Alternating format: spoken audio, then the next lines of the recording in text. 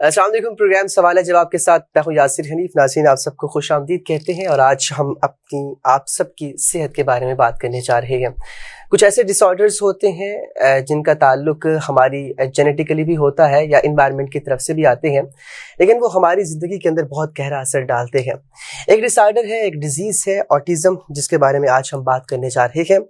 एक ऐसी डिजीज़ है, ये इसका क्या इफ़ेक्ट होता है, क्या ये चिल्ड्रन के अंदर पाई जाती है, किस तरह से बिहेवियरल चेंजेस आते हैं और किस तरह से हमने इसको एड्रेस करना है। बहुत से ऐसे पेशेंट्स हम देखते हैं कि वो स्पेशल चाइल्ड्स भी हो जाते हैं, उनका डिफरेंट बिहेवियर होता है। इन सब पे बात करने के लिए आज मेरे साथ मौजूद हैं डॉक्टर अनीका खान, जो हेड ऑफ हैप्पीनेस क्लब है। इनके साथ साथ क्लिनिकल थेरापिस्ट हैं और यूके से उन्होंने सर्टिफाइड डिग्री भी हासिल की है, 5 साल का एक्सपीरियंस है। डॉक्टर साहिबा, सबसे पहले अस्सलाम वालेकुम, कैसी हैं आप? वालेकुम अस्सलाम, मैं ठीक हूँ, आप कैसे हैं? जी मैं ठीक ठाक, बहुत शुक्रिया आपका तशरीफ लाने का। सबसे पहले हम इस डिसऑर्डर को समझ लेते हैं कि ऑटिज्म का जो स्पेक्ट्रम है वो है क्या और किस तरह से हमने इसको डायग्नोज करना होता है। ठीक है, ऑटिज्म जो है ये बेसिकली न्यूरो डेवलपमेंटल डिसऑर्डर है, न्यूरोलॉजिकल। और जो सबसे ज़्यादा जो इसकी शरह है वो लड़कों में ज़्यादा है, अकॉर्डिंग टू 4 गुना ज़्यादा है अकॉर्डिंग टू, अगर मैं कंपेयर करूँ लड़कियों से। इसके अलावा ये बच्चे देखने में तो नॉर्मल बच्चे जैसे ही होते हैं, लेकिन अपने आदात और रवैये की वजह से दूसरे बच्चों की वजह से मुख्तलिफ नज़र आते हैं। तो इसकी जो एज है, अगर मैं एज की बात करूँ तो 2.5 से 3 साल का अरसा होता है जिसमें हम इसकी तशखीस हो जाती है। तो बेसिकली समटाइम्स ऐसे होता है कि ज़रूरी नहीं है कि 2.5 से 3 साल में हो बच्चे की, जैसे बच्चा ग्रो कर गया, बड़ा हो गया है, ड्यूरिंग वो स्कूल जाने लगा, उसके बाद भी उसको ऑटिज्म हो सकता है।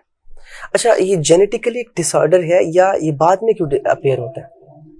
ये जेनेटिकली डिसऑर्डर, इसकी तो अभी तक मेन रीजन रिसर्च चल रही है, ये सामने नहीं आई। ठीक है, इसकी बहुत सारी रीजंस हो सकती हैं, जेनेटिकली भी हो सकते हैं, कुछ इन्वायरमेंटल जैसे जीन्स से आए हैं, कुछ इन्वायरमेंटल फैक्टर्स होते हैं, जैसे अगर किसी की मदर है वो ड्रग ले रही हैं, ठीक है, या इस तरह की उन्होंने कोई अल्कोहलिक या ऐसी कोई मेडिकेशन ले ली है, तो ये सारे फैक्टर्स, ये सारे अमामिल हो सकते हैं जो असरअंदाज होते हैं।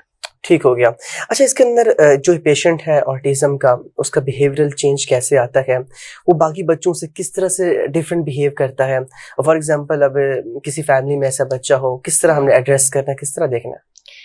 एक्चुअली होता ये है कि इसमें बहुत सारे लोग ना इसको एक डिसऑर्डर यानी जहनी बीमारी समझते हैं। तो मैं सबसे पहले ये क्लैरिफाई करना चाहूंगी कि ये एक जहनी बीमारी नहीं है।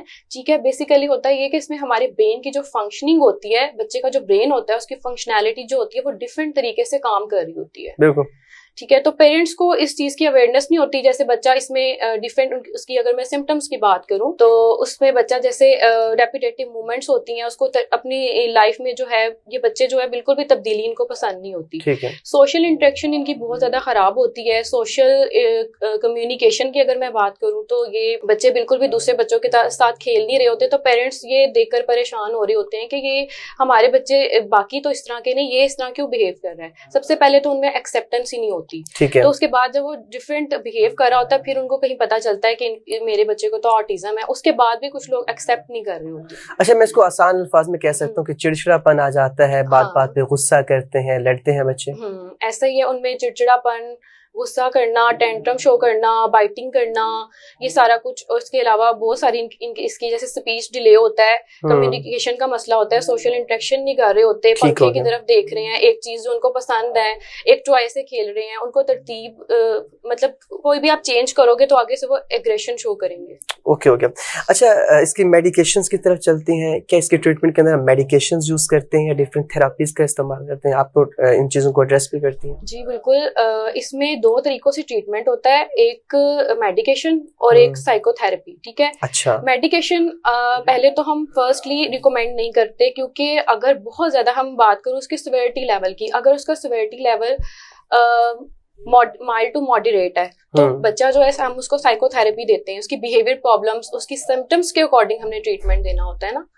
तो अगर तो स्वेयर लेवल है बहुत ज्यादा, जैसे बच्चा मार रहा है, खुद को भी नुकसान पहुंचा रहा है, दूसरों को भी नुकसान पहुंचा रहा है, ठीक है, या तोड़ फोड़ कर रहा है, तो फिर हम उसको मेडिकेशन देते हैं बहुत स्वेयर केसेस में। अदरवाइज हम उनको 70% जो है वो रिकवर हो जाता है साइकोथेरेपी और मैनेजमेंट के थ्रू। अच्छा, अब हम फैमिली की बात कर लेते हैं। आपको क्या लगता है कि उनकी जो उन सबको लुक आफ्टर करना, पेरेंट्स को किस तरह का रोल प्ले करना चाहिए? पेरेंट्स जो है ना, सबसे पहले बहुत ज्यादा, मैं जैसे अगर कोई बच्चा है वो ऑटिज्म का है, तो पेरेंट्स में सबसे पहले तो पेशेंस नहीं है, ठीक है? उनको खुद को पेशेंस रखना है ना, उनके टीचर्स को अपने अंदर, जब तक आप अपने अंदर अपने आप को चुप नहीं करवा सकते तो आप बच्चों को भी नहीं चुप करवा सकते। बिल्कुल ऐसी बात हमारे पाकिस्तान में क्या होता है, माएँ जो हैं बच्चों के साथ बहुत ज्यादा मिसबिहेव करती हैं, कि तंग आ जाती हैं, तो उनको बाकी बच्चों से कंपेयर कर रही होती हैं, ट्रीट कर रही होती हैं। तो इससे क्या होता है, बच्चे की सेल्फ एस्टीम लो हो जाती है और फिर उसके बिहेवियर इश्यूज ज्यादा बढ़ जाते हैं। तो उनको चाहिए कि वो अपने आसपास, अपने इर्द गिर्द जितने भी साइकोलॉजिस्ट हैं, क्लिनिकल थेरेपिस्ट हैं, उनसे रुजू करें, उनसे जो है सारी मालूमात हासिल करें और उसके बाद ट्रीटमेंट दें, ताकि वो बच्चे आपके उसी टाइम पे मैनेज हो जाए, उनको अर्ली इंटरवेंशन मिल जाए। बिल्कुल ऐसी बात है। इनकी एजुकेशन के बारे में बात कर लेते हैं। इनकी एजुकेशन को हम किस तरह प्रोसीड कर सकते हैं? फॉर एग्जांपल, अगर 4 साल के बच्चे के अंदर ये 2.5 से 4 साल आपने का हो जाता है और उसकी रिकवरी में टाइम लगता है, उसके हमने स्कूलिंग करनी होती है, तो उसमें टीचर से क्या रोल होना चाहिए? वो तमाम बच्चों के साथ ही पढ़ेंगे या उनको थोड़ी स्पेशल केयर की जरूरत होती है? जी, बहुत अच्छा क्वेश्चन है ये। एक्चुअली बच्चों को टीचर्स का सबसे ज्यादा रोल प्ले होता है कि जो जैसे पेरेंट्स होते हैं उसी तरह टीचर्स भी होती हैं। तो टीचर को स्पेशल, जैसे अब टीचर है तो अगर आप नॉर्मल टीचर के पास भेज दोगे तो वो उसको उसी तरह से ट्रीट करेगा ना, तो उसको तो पता नहीं होगा इस बच्चे को कैसे मैंने डील करना है। तो बेहतर ये है कि उनको जो साइकोलॉजिस्ट होते हैं उनके लिए आईपी प्लान्स बनाए जाते हैं, उनकी मैनेजमेंट के अकॉर्डिंग कि उनको किस तरह से प्लान देना है और बच्चे की सिम्टम क्या है। जैसे बच्चा बाइटिंग कर रहा है, सबसे पहले उनको अर्ली इंटरवेंशन के उसके बिहेवियर इश्यूज को कंट्रोल किया जाए, फिर उसका आईपी प्लान बनाया जाए ताकि जब वो बैठने के काबिल हो जाए फिर उसको हम उनकी वोकेशनल ट्रेनिंग, और ताकि वो अपने लिए जो है कुछ ना कुछ कर सके, इंडिपेंडेंट हो सके, अपनी फैमिली वालों के लिए उनको ऐसी कोई स्किल सिखाई जाए। ठीक है, एक केयर के अंदर रखा जाए। डॉक्टर साहब, एक यहाँ पे एक क्वेश्चन मैं खुद से पूछना चाहूंगा, थोड़ा सा इससे अलग है। वो ये है कि आजकल स्ट्रेस है, डिप्रेशन और ये सब चीजें हमारी सोसाइटी में पाई जाती हैं, तो उन सब के अंदर हम ये साइकियाट्रिस्ट के पास नहीं जाते, हम जाके थेरापी नहीं लेते। ये समझा जाता है कि कहेंगे कि तुम्हारे दिमागी मरीज हो गए, तो मैं यहाँ जाना पड़ गया। तो इसके बारे में थोड़ी अवेयरनेस दीजिए, कितना जरूरी है हमारे लिए? जी, एक्चुअली होता ये है कि हमारे ना स्टिग्मा है एक बहुत बड़ा कि हम किसी साइकेट्रिस्ट या क्लिनिकल थेरेपिस्ट के पास जाते हैं ना तो शायद हम पागल तो नहीं हो गए हैं, लोग हमारे बारे में क्या सोचेंगे, सोसाइटी क्या कहेगी, मैं जाकर अपनी बात बताऊंगा तो मेरी बात जो है दूसरों तक पहुंचेगी तो लोग मेरा मजाक बनाएंगे। ऐसा बिल्कुल भी नहीं है। ये कोई भी किसी की फैमिली में डेथ हो गई है, किसी को ट्रॉमा हो गया है, ठीक है, ये लाइफ के सर्कमस्टांसेस किसी के साथ भी हो सकते हैं, मेरे साथ हो सकते हैं, किसी के साथ भी हो सकते हैं। तो इसका हल है, इसका सोल्यूशन है, हर चीज का सोल्यूशन है। तो आपको ट्रीटमेंट लेना चाहिए इस हवाले से और अवेयरनेस लेनी चाहिए ताकि आप जो है अपनी इस बीमारी से निकल सके और आगे बढ़ सके। बिल्कुल, बहुत शुक्रिया डॉक्टर साहिबा आपके तशरीफ लाने का। इंशाल्लाह नेक्स्ट फिर से मुलाकात होगी। नाज़रीन, आपने सीखा होगा कि इस बीमारी से हम किस तरह बच सकते हैं। अल्लाह ताला ने अगर कोई डिसऑर्डर रखा है, कोई बीमारी रखी है, तो उसका इलाज भी रखा है। डिफरेंट वेज के अंदर हम उसको यूज करके, यूटिलाइज करके हम इन चीज़ों से बच सकते हैं। बहुत शुक्रिया आप सबका। इंशाल्लाह फिर से मुलाकात होगी। अपने मेज़बान मोहम्मद यासिर को इजाज़त दीजिए। अल्लाह।